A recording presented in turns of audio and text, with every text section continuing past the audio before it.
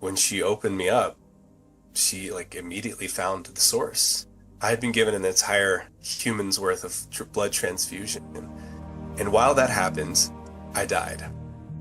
And I know it was different than everything else because I had felt like nothing I had ever felt in my life.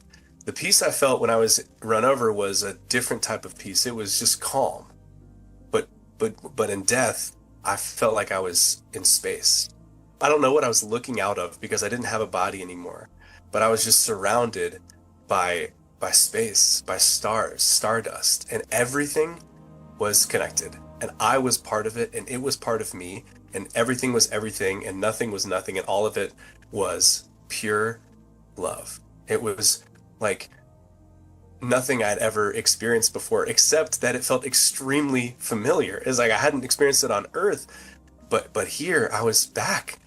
It was like a homecoming. It was like a reunion with the universe, with God. It was like being back in, as PMH Atwater would put it, the womb of creation. I was home. I was in the source. I was back to where we all come from and where we all go to. It was literally like a reminder that Earth is the dream, and that the other side is really who we are and where we come from.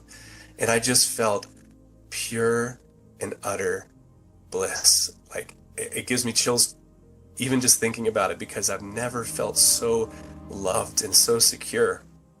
And the most significant thing to me I noticed was I had no fear of anything. No fear of death, no fear of pain, no worry, no regret, no schedules, no rent, no bicycles, no fevers, and nothing, none of the earth stuff that makes things so challenging. It was gone. I realized all of that stuff is just for earth. What we experience on the other side is pure love, pure bliss, pure acceptance, pure everything. It was like there was no distance between me and anything else. The fact that space even was out there was just exciting. I was like, wow, I am space. Space is me. We are everything. Everything is God. Everything is love. And we're all going to be okay. That was like the biggest message I got was, I have to go tell everybody that like, we're going to be fine. When you die, you'll be okay. Like we're all going to come back home. We're all going to be together again. It was unbelievable. It was pure love. It literally felt like God was saying to me, Davis, just love. Just love. That's all it is. Just love. Just go back and love. One of the first things that I said to my family was, I saw an angel on Clark Street. I was raised religious, but it didn't really Christian, but it didn't really do that. That didn't set me on a path towards using that kind of language. Angels were not part of my life, is the best way I can put it. So my family were a little bit confused, but they believed me, thank God, because I meant it. I meant that I saw an angel. And what I was trying to convey to them was actually that it was that guy, the guy on the motorcycle who had come to save me. So a few days go by and I have a visitor.